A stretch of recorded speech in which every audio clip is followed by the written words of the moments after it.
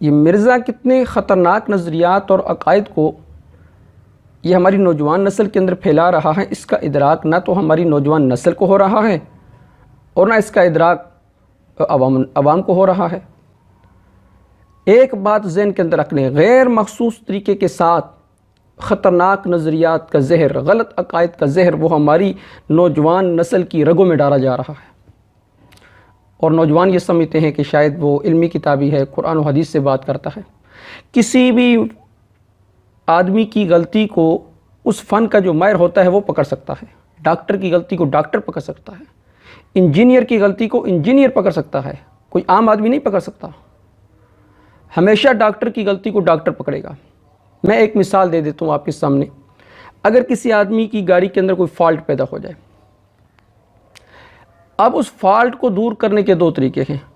Fault کو دور کرنے کا ایک طریقہ تو یہ کہ مکینک اس کو جینون طریقے کے ساتھ ٹھیک کر دے، اور دوسرا طریقہ اس فالٹ کو دور کرنے کا یہ ہے کہ وہ جگاڑ لگا دے۔ اگر وہ جگاڑ لگا کر دے دے گا تو وقتی طور پر وہ گاڑی ٹھیک تو ہو جائے گی، لیکن اس جگاڑ کو کون سمجھے گا؟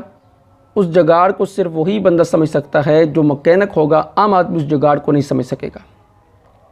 اسی طرح یہ تو ایک خطرناک نظریات اور غلط نظریات کا زہر ہماری نوجوان نسل کے رگوں میں، ان کے ذہن کے اندر ڈالا جا رہا ہے۔ اس کا ادراک علماء کو اچھے طریقے کے ساتھ ہے۔ میں اس پر صرف دو مثالیں پیش کرتا ہوں۔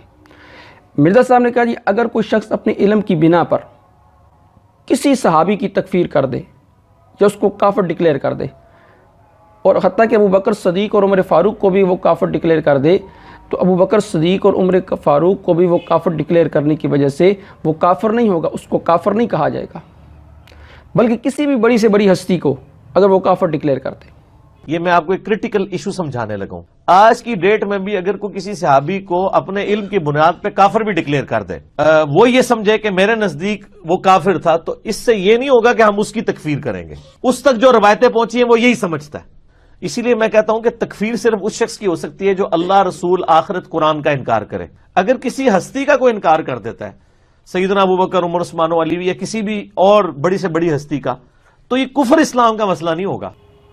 اب آپ خود بتائیں کہ مرزا صاحب وہ کون سا نظریہ آپ کے ذہن میں ڈالنا چاہ رہے ہیں؟ یعنی اگر کوئی بندہ کسی صحابی کو کافر کہہ دے وہ کافر نہیں، اگر کسی بڑی سے بڑی ہستی کو وہ کافر کہہ دے وہ کافر نہیں اپنے علم کی بنا پر۔ اب آپ مجھے یہ بتائیں کہ صحابہ سے بڑی ہستی کون ہو سکتی ہے؟ وہ تو الفاظ ہماری زبان پر آئیں، ہماری زبان لرزتی ہے کہ صحابہ سے بڑی ہستی پھر کون ہے کہ جس کو کافر ڈکلیئر کر دیا جائے تو بندہ کافر نہیں ہوتا؟ پھر صحابی کو کافر ڈکلیئر کر دیا جائے تو بندہ کافر نہیں ہوتا۔ میں اس پر آپ کو ایک مثال دیتا ہوں۔ فتاوی بدیعیہ، اس میں یہ لکھا ہوا ہے کہ یہ فتاوی عزیزیہ ہے، اس میں شیخ عبدالعزیز محدث دہلوی رحمہ اللہ تعالی نے عبارت نقل کی ہے کہ من انکر امامت ابی بکر رضی اللہ تعالی عنہ، جس نے ابو بکر صدیق رضی اللہ تعالی عنہ کی امامت کا انکار کیا۔ بات سمجھنے والی ہے کہ جس نے ابو بکر صدیق رضی اللہ تعالی عنہ کے اسلام کا نہیں، امامت کا انکار کیا، فرمایا فہو کافر، وہ کافر ہے۔ تو بھئی اسلام تو بہت اوپر کی چیز ہے، امامت تو اسلام لانے کے بعد ملی ہے، تو امامت کے انکار کرنے کی وجہ سے اسے کافر کہا جائے گا۔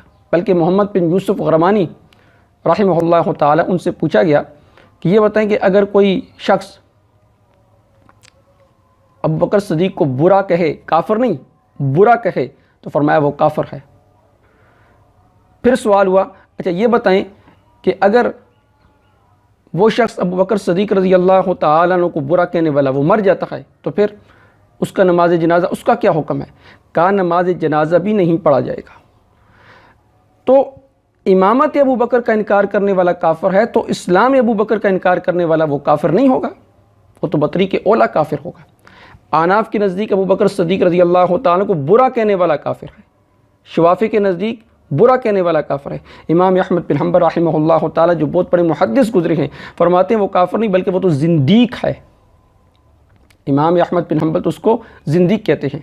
تو ایک طرف تو مرزا صاحب نے یہ نظریہ عوام الناس یعنی نوجوان نسل کے ذہن کے اندر ڈالا کہ اگر کوئی شخص اپنے علم کی بنا پر ابو بکر صدیق اور عمر فاروق کو کافر ڈکلیئر بھی کر دے تو اس کو کافر نہیں کہا جائے گا، لیکن دوسری طرف کیا کہتے ہیں کہ قادیانی اس لیے کافر ہیں کہ وہ ہمیں کافر کہتے ہیں، اور اگر ہمیں وہ اس لیے ہم ان کو کافر کہتے ہیں، اگر ہمیں وہ کافر کہنا چھوڑ دیں تو ہم ان کو کافر کہنا چھوڑ دیں گے۔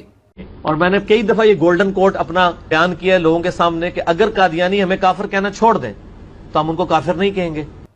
اب آپ خود بتائیں کہ صحابہ کا مقام زیادہ ہے یا ہمارا مقام زیادہ ہے؟ صحابہ جن کے بارے میں آیات نازل ہوئی، یؤثرون علی انفسہم ولو کان بہم خصاصہ، آیات نازل ہوئی، لقد رضی اللہ عن المؤمنین اذ یبایعونک تحت الشجرہ، محمد رسول اللہ والذین معہ اشداء علی الکفار، یعنی اللہ نے ان کو اپنی رضاعت کے پروانے جاری کیے۔ ان کے بارے میں کہا جا رہا ہے کہ اگر ان کو کوئی بندہ کافر ڈکلیئر کرے تو وہ کافر نہیں ہوگا۔ اور قادیانی کیوں کافر ہیں؟ کہ انہوں نے ہمیں کافر کہا ہے جی۔ تو گویا کہ یہ بتلانا چاہ رہے ہیں کہ ہمارا درجہ وہ صحابہ کے درجے سے زیادہ ہو گیا کہ وہ ہمیں کافر کہتے ہیں، اس لیے ہم ان کو کافر کہتے ہیں، اگر وہ ہمیں کافر کہنا چھوڑ دیں تو ہم ان کو کافر کہنا چھوڑ دیں گے۔ تو یہ فلسفہ یہ عوام کے ذہنوں میں اور نوجوان نسل کے ذہنوں میں ڈالا جا رہا ہے۔ اب آپ خود بتائیں کہ یہ خطرناک نظریات نہیں تو اور کیا ہے؟